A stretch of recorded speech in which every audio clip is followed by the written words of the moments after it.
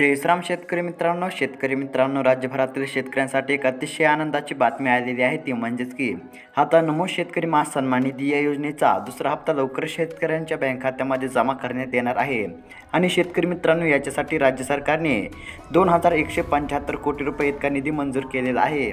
आणि शेतकरी मित्रांनो, हा दुसरा हप्ता आता काही विशिष्ट शेतकऱ्यांच्या बँक खात्यामध्ये जमा करण्यात येणार आहे।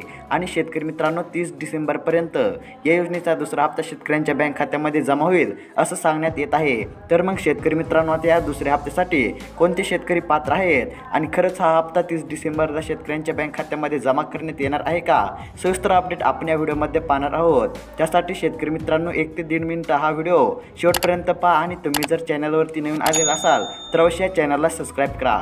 तर शेतकरी मित्रांनो, अपडेट अशी आलेली आहे की आता ज्या शेतकऱ्यांची EKYC पूर्ण आहे, भूमिलेखन अद्ययावत आहे आणि आपले आधार कार्ड बँक खात्याशी संलग्न आहे अशा शेतकऱ्यांची आता छाननी होईल। आणि छाननी झाल्यानंतर अशा शेतकऱ्यांच्या बँक खात्यामध्ये महाआयटीच्या माध्यमातून नमो शेतकरी महासन्मान निधी या योजनेचा दुसरा हप्ता हा वितरित केला जाणार आहे।